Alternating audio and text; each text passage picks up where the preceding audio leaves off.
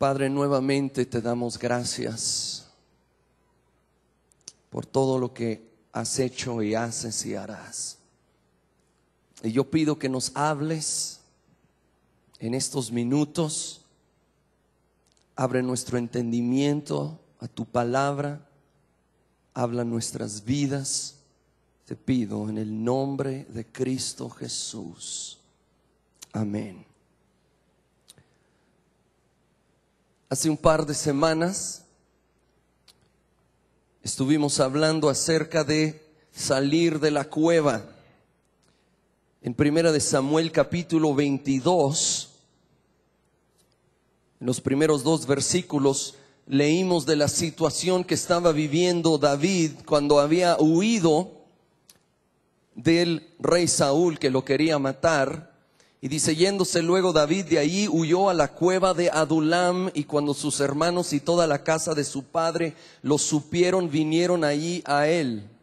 Y se juntaron con él todos los afligidos, y todo el que estaba endeudado, y todos los que se hallaban en amargura de espíritu, y fue hecho jefe de ellos, y tuvo consigo como 400 hombres. Vinieron los afligidos, los endeudados, los amargados. Vaya ejército que le tocó a David. Pero allí hallamos una cueva no solo física en la cual se encontraban, pero por la condición en la cual llegaron, ellos estaban también en otro tipo de cueva de la cual tenían que salir.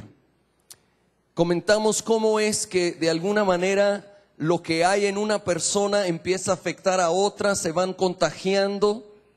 Y recordamos aquel proverbio, ¿verdad? Dime con quién andas y te diré quién eres. Y de alguna manera ahí se hallaron. Ahora, David estaba luchando con estas mismas cosas.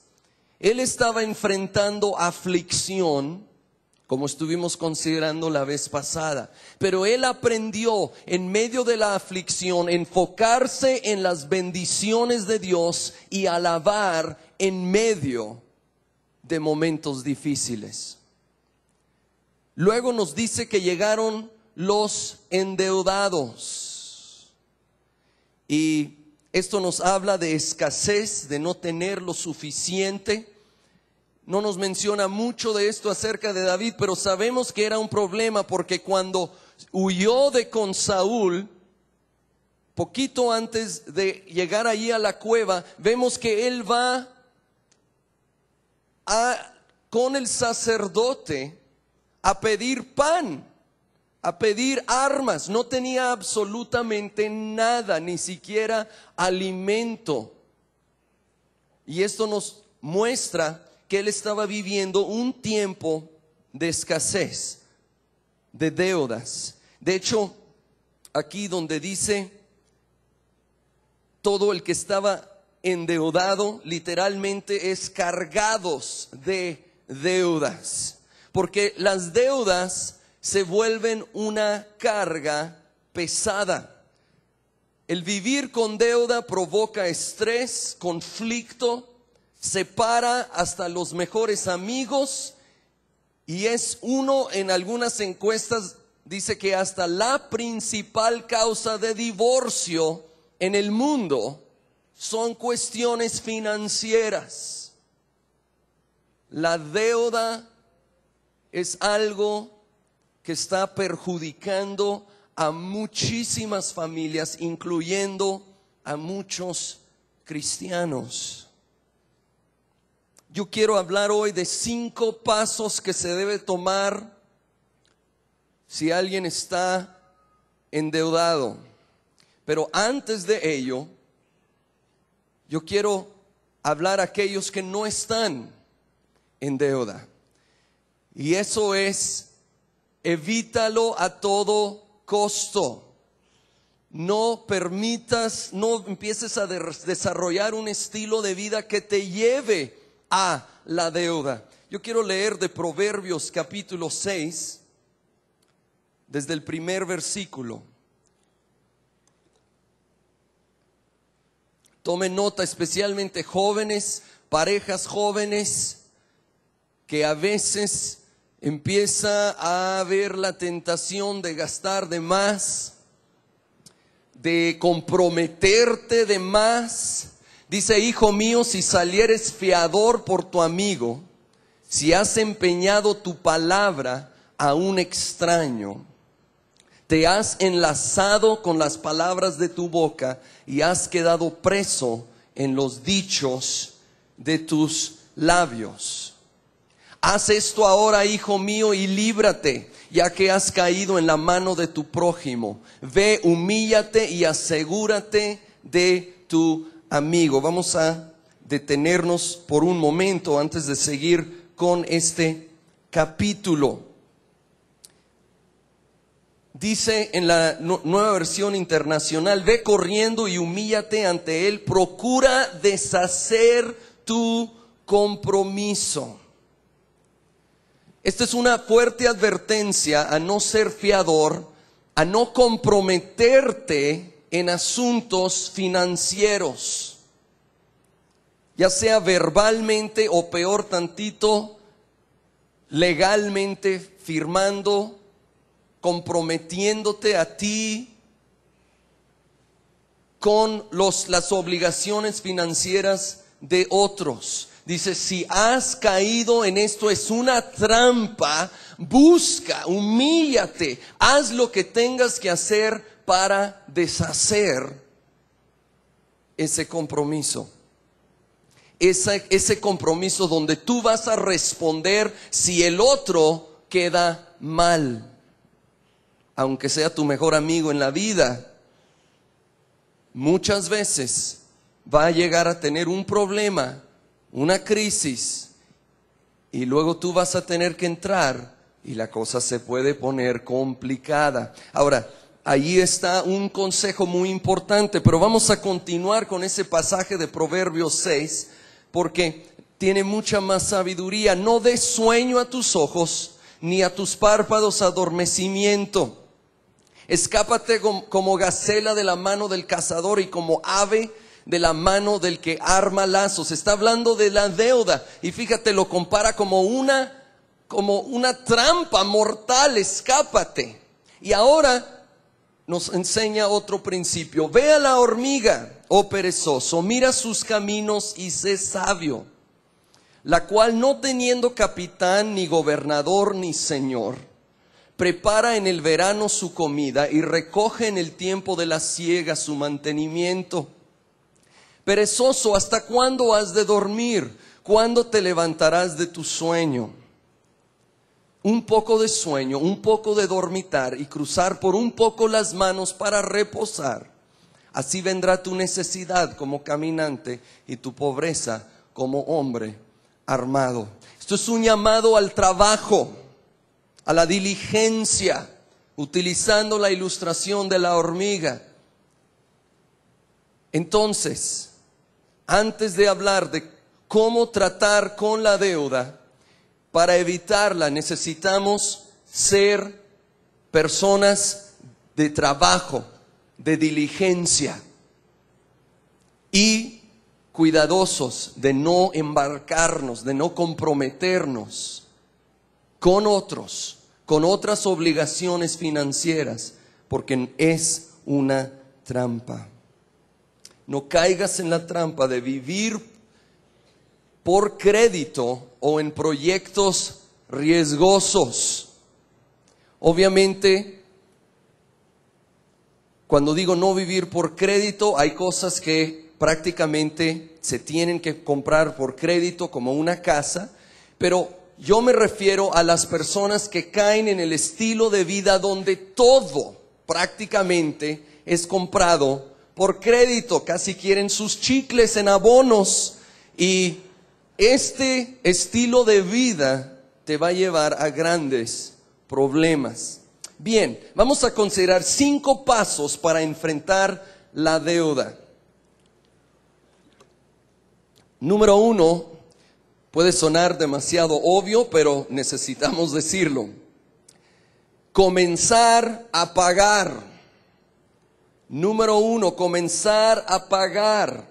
Dar la cara, pedir perdón si has estado quedando mal y comenzar, aunque sea con un pequeño abono, pero comenzar, mostrar la disposición de empezar a dar algo. Yo sé que a veces es imposible dar fuertes cantidades, lo entiendo, pero siempre debemos estar dispuesto a ver a la persona a lo cual le debemos. Y de nuevo, si estamos quedando mal, pedir perdón y decir, mira, ahorita esta es mi situación, no puedo todo, pero voy a empezar a dar algo.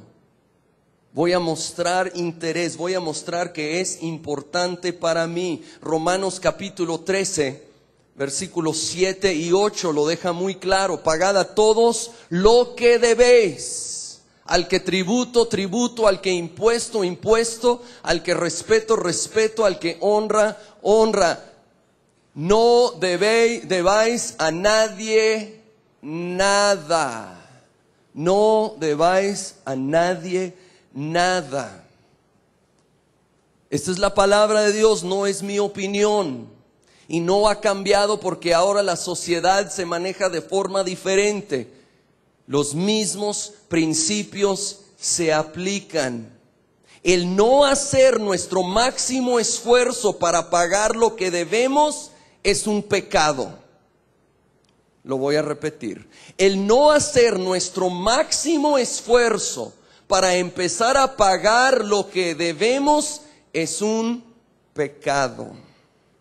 El hacernos locos, el no hacer ningún esfuerzo, quedarnos cómodos cuando estamos debiendo a otros, es desobediencia a la palabra de Dios. Sé que este mensaje no va a recibir muchos amenes, va a ser quieto, pero es uno de esos necesarios. ¿Sí? El manejo del dinero es una prueba.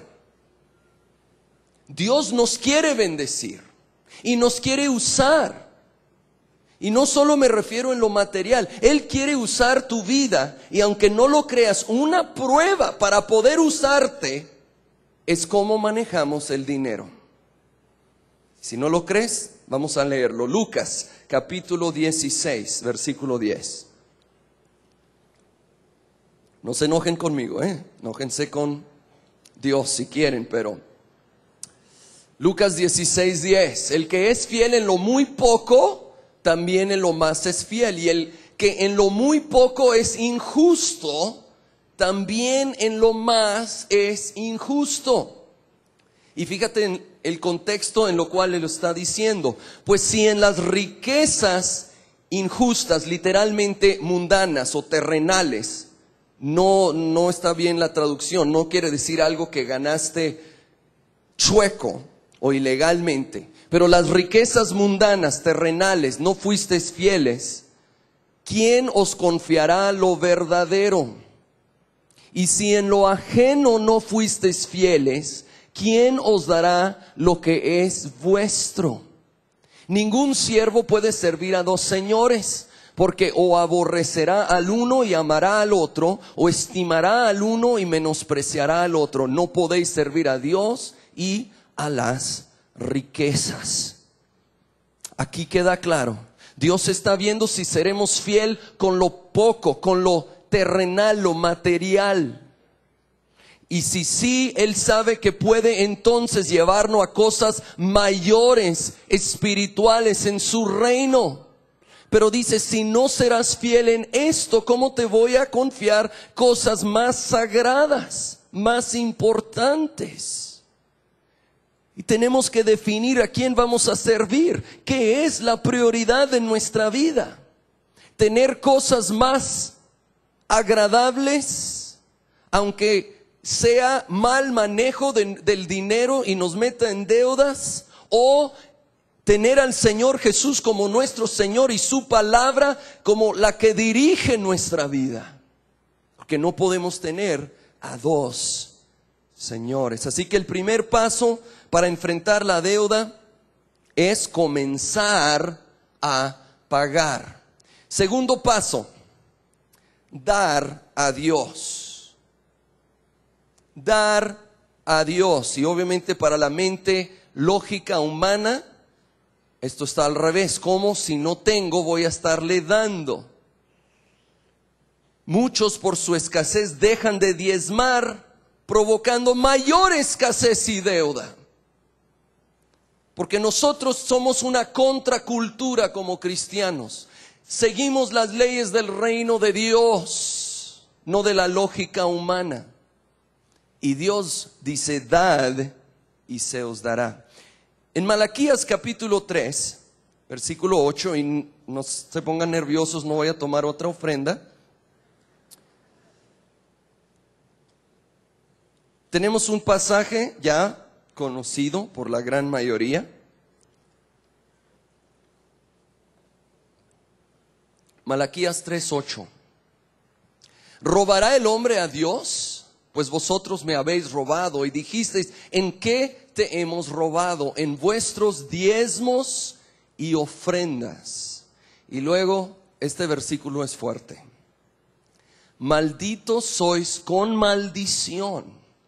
¿Por qué? Porque no estaban pagando sus diezmos y ofrendas.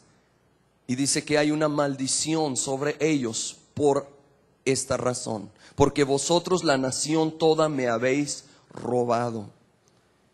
Traed todos los diezmos al alfolí y hay alimento en mi casa. Y probadme ahora en esto, dice Jehová de los ejércitos, si no os abriré las ventanas de los cielos y derramaré sobre vosotros bendición hasta que sobreabunde. Reprenderé también por vosotros al devorador y no os destruiré el fruto de la tierra, ni vuestra vida en el campo será estéril, dice Jehová de los ejércitos. Es tan claro esto. Si nosotros seremos fieles con Dios, entregando, empezando con el 10%, el diezmo, y luego estando abiertos a dar ofrendas, va a haber bendición sobre nosotros. Hay promesa de abundancia, de que Él va a reprender al devorador. Mas sin embargo, si no lo hacemos, ahí dice claramente que había maldición sobre Israel. Ahora, una pregunta bien sencilla. ¿Qué prefieres? ¿Tener el 100% de tu ingreso bajo maldición? ¿O el 90% después de haber dado el diezmo con la bendición de Dios sobre tus finanzas? Creo que es obvio, ¿sí? Si necesitas ayuda, pregúntale a tu vecino y luego busca consejería al final, por favor. Ahora, hay una mentalidad por ahí que dice, cuando me va bien, yo voy a empezar a diezmar. Hay un par de problemas con este concepto. Número uno, difícilmente te va a empezar a ir bien si no estás diezmando. Pero hay otra falla en este concepto. Mira, si te duele el codo diezmar 50 pesos, imagínate cómo te vas a sentir si tienes que diezmar 500. No va a suceder. Si no eres fiel, dice la escritura que leímos anterior, Lucas 16, el que no es fiel en lo poco, no va a ser fiel con más. Necesitamos demostrar nuestra fidelidad donde estamos el día de hoy, con lo que tenemos hoy, y confiar en Él. Temo que en unos hay un espíritu ahí como en un hombre, dicen que era de Monterrey, yo no lo puedo asegurar, no quiero ofender a nadie, pero se subió a un taxi y ahí pone el taxímetro, empieza a subir, ¿verdad? Con cada minuto que va pasando y va manejando, cuando de repente llega un carro por el lado y los choca fuertemente. Este pasajero sale volando del taxi, se golpea contra el pavimento, van corriendo con él, está sangrando. Dice, no se mueva, ya va a venir la ambulancia, ¿qué podemos hacer para usted? Y dice, apaguen el taxímetro. Es tiempo romper ese espíritu.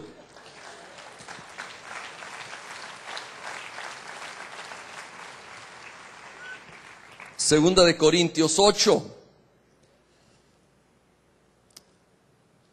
El apóstol Pablo está escribiendo, dice: asimismo, hermanos, os hacemos saber la gracia de Dios que se ha dado a las iglesias de Macedonia, que, fíjense, en grande prueba de tribulación, la abundancia de su gozo y su profunda pobreza. Esta iglesia de Macedonia estaba pasando por una profunda pobreza, pero dice, abundaron en riquezas de su generosidad. Pues doy testimonio de que con agrado han dado conforme a sus fuerzas y aún más allá de sus fuerzas, pidiéndonos con muchos ruegos que les concediésemos el privilegio de participar en este servicio para los santos. No tenemos que esperar hasta que estemos siendo prosperados. Esta iglesia dice, en tribulación, en profunda pobreza, en crisis económica, fueron generosos y hasta le rogaron a Pablo que los dejara participar dando a la iglesia. Que nosotros tengamos esa actitud y créeme que las cosas van a empezar a cambiar en nuestra vida en cuanto a lo económico. Así que el primer paso es comenzar a pagar y el segundo paso es dar a Dios. El tercer paso, ajustar nuestro estilo de vida. Toma aunque sea una medida para bajar tus gastos. Yo sugiero hacer una lista de todos tus gastos e identificar dónde puedes hacer, aunque sea un recorte, algo. Pero toma alguna medida, porque obviamente se está gastando más de lo que está entrando. Algo tiene que cambiar. Algo tiene que cambiar. Aun si lo haces en un plan temporal hasta salir de las deudas, pero toma alguna medida. Créeme que vale la pena. Proverbios 17:1 nos lo dice fuertemente. Mejor es un bocado seco y en paz que casa de contiendas llena de provisiones. Mira, mejor es recortar, pero empezar a salir de esa contienda, de esa carga que es la deuda, a tener casa llena de provisiones, pero con la contienda, la carga, el conflicto, el estrés que provoca. Ahora, al buscar esta estrategia, no vayas a hacer lo que una pareja joven hizo. Estaban viendo los números y su situación, estaban endeudados y tuvieron esta brillante idea. Si dejamos de pagar por 2 meses los abonos al refri y a la lavadora, podemos enganchar una nueva tele. Brillante estrategia. Nos da risa, pero ¿saben qué? Muchos están casi viviendo así, con deudas ya encima, embarcándose a nuevas cosas, nuevos productos, nuevos abonos, confiando que el milagro va a llegar. Dios quiere bendecirte, pero Él está esperando que tú pases la prueba de ser fiel, un buen administrador con lo que Él ha provisto ahorita, antes de que va a empezar a venir esa abundancia.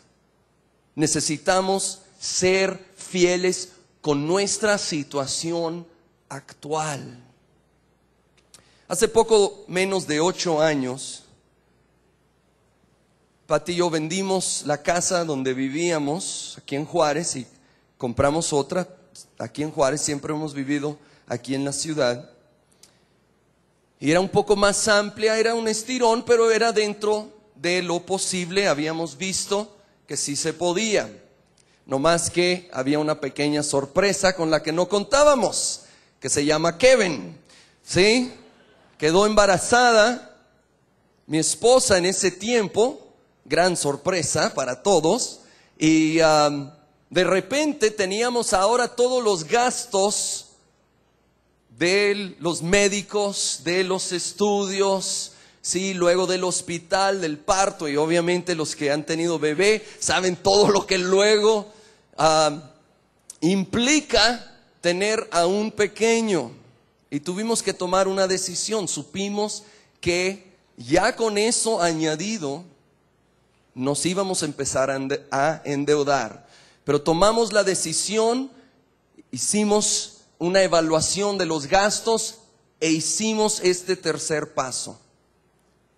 Decidimos dónde bajar el presupuesto y hicimos lo otro también. Continuamos con los diezmos y ofrendas y Dios proveyó. Pero hubo una disposición a hacer ajustes ante una situación extraordinaria. Todos necesitamos tener esa disposición. Algo que necesitamos hacer que a veces nos mete en problemas son las compras impulsivas. Las compras impulsivas, ¿sí? Es muy peligroso a veces ir al centro comercial. Yo he leído de distintos autores y yo estoy muy de acuerdo. Ellos recomiendan, antes de hacer un gasto fuerte, inesperado, no lo hagas ese mismo día que viste el aparato o la oportunidad. Toma, aunque sea un día, para platicar, orar, pasar la noche y ya con una mejor perspectiva que la fiebre del momento, ¿sí? Espera antes de hacer esa compra. Es que la oferta se va a acabar. Mira, todos hemos oído eso, ¿sí? No hagamos compras fuertes, impulsivas. Ora. Ahora, no estoy hablando de orar, compro Pepsi o compro Coca. Sí, por favor. No estoy hablando de orar y pensar si vas a comprar mandado para la semana. Obviamente que no. Compras fuertes, inesperadas, que no sean impulsivas. Tomen tiempo para evaluarlo con cuidado y para orar, para considerar. ¿Esto es parte de ser un buen administrador o sería irresponsable, incorrecto de mi parte esta compra, este compromiso? Número 4. Los primeros 3, nuevamente, comenzar a pagar. Número 2, dar a Dios. Número 3, ajustar nuestro estilo de vida. Número 4, confiar en Dios para la provisión diaria. Confiar en Dios para la provisión diaria. Confía que Dios suplirá lo que necesitas hoy. No te preocupes del futuro. Mateo capítulo 6, versículo 25.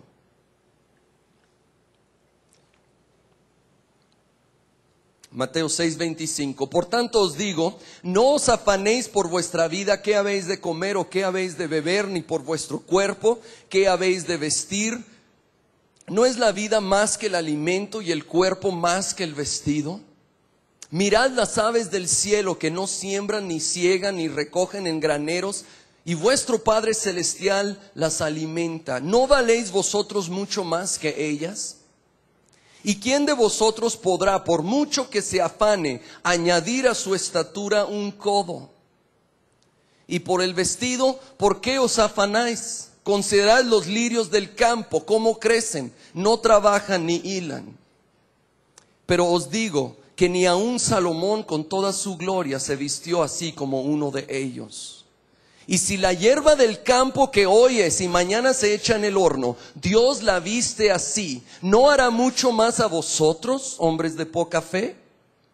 No os afanéis pues diciendo, ¿qué comeremos o qué beberemos o qué vestiremos? Porque los gentiles buscan todas estas cosas, pero vuestro Padre Celestial sabe que tenéis necesidad de todas estas cosas. Y luego más, buscad primeramente el reino de Dios y su justicia, y todas estas cosas os serán añadidas. Y el capítulo termina: así que no os afanéis por el día de mañana, porque el día de mañana traerá su afán, basta cada día su propio mal. Yo sé que tal vez tú estás en una situación crítica hoy. Confía en tu Dios. Pon de tu parte. Cumple con la palabra, los puntos que estamos dando, y luego confía en Dios para hoy.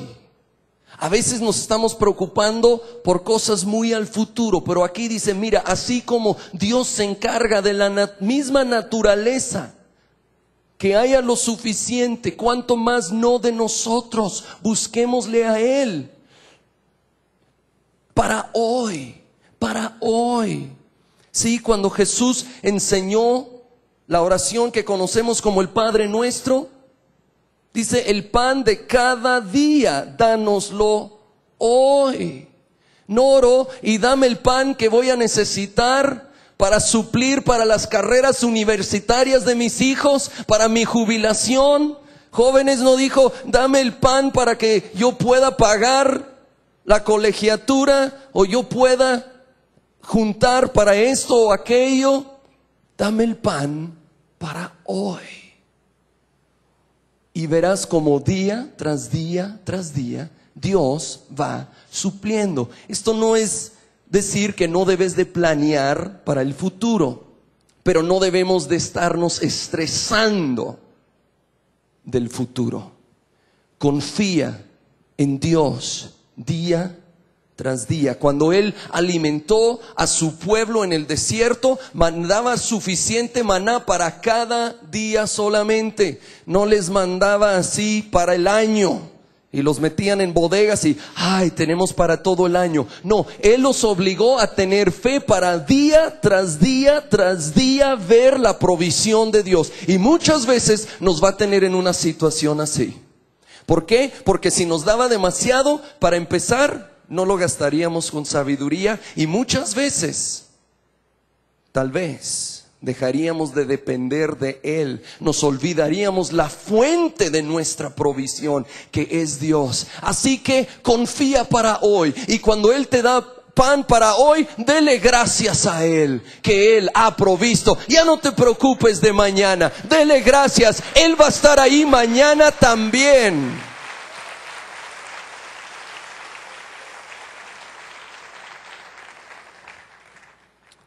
Muchos años después de salir de la cueva de Adulam, David con confianza escribió en el Salmo 37, primero en el versículo 5: encomienda a Jehová tu camino, confía en Él y Él hará.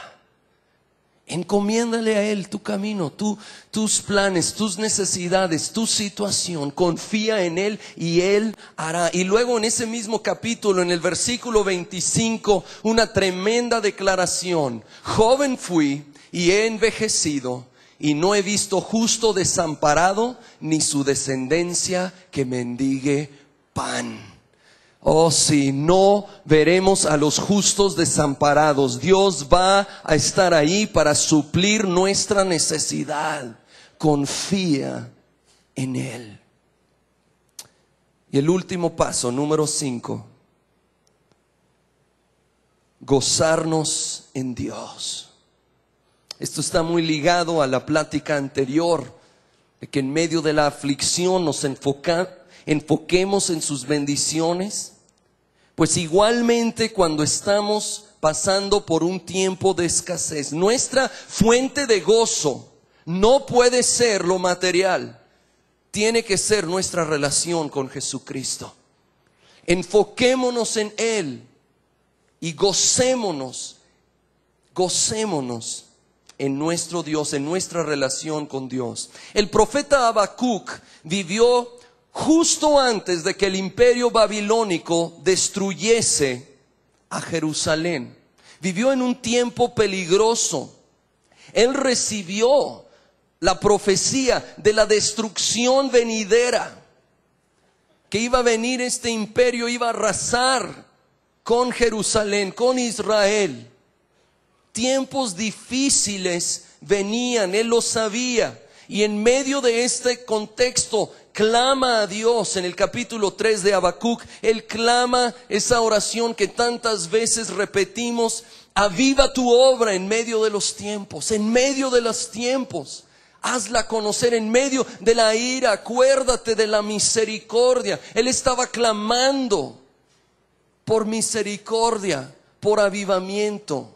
Y sin embargo, en medio de ello, al terminar esa oración, él hace esta extraordinaria declaración.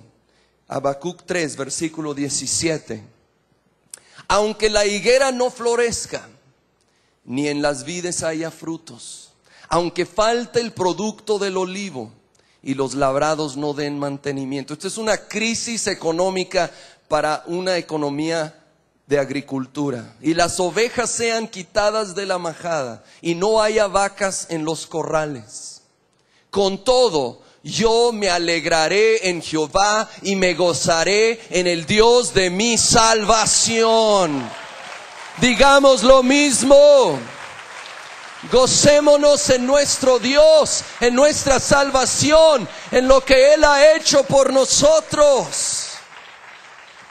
Tomemos la decisión, aun cuando no está fluyendo la abundancia, yo me gozaré en mi Dios, yo me alegraré, yo me acordaré de sus beneficios y le daré gracias y le daré gloria y me enfocaré en Él, en sus bendiciones, en lo que Él es para mí. Eso será la fuente de mi gozo, no el estado de mi cuenta bancaria. En Filipenses 4, ya para terminar, el apóstol Pablo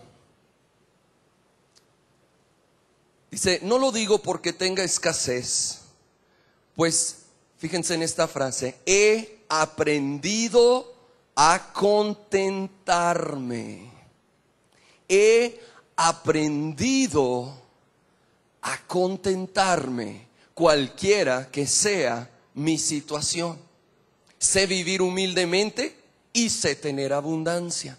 En todo y por todo estoy enseñado, así para estar saciado como para tener hambre, así para tener abundancia como para padecer necesidad. Todo lo puedo en Cristo que me fortalece. Todo lo puedo en Cristo que me fortalece.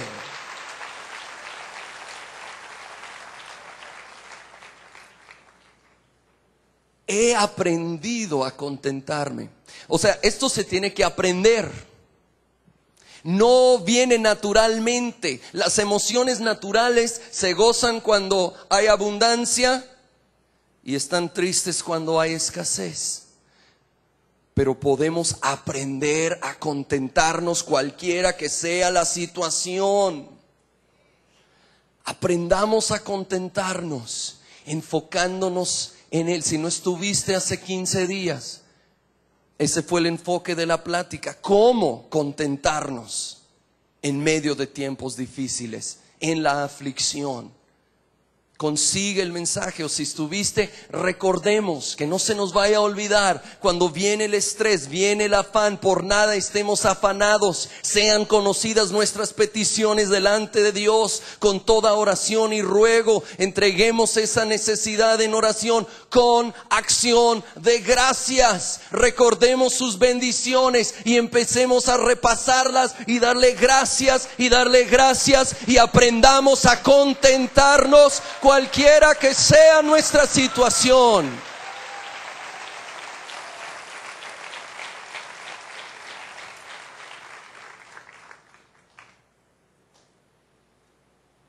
Y Él va a responder. Y Él va a responder. Va a empezar a venir bendición, va a empezar a venir provisión. Pero durante el proceso podemos vivir en victoria, contentos. Pero necesitamos, si tenemos deudas, comenzar a pagar. seguir dando a Dios fielmente o comenzar si no lo estamos haciendo. Hacer ajustes en nuestro estilo de vida para bajar los gastos. Confiar en Dios para la provisión diaria. Y finalmente, gozarnos en nuestro Dios y en nuestra relación con Jesucristo.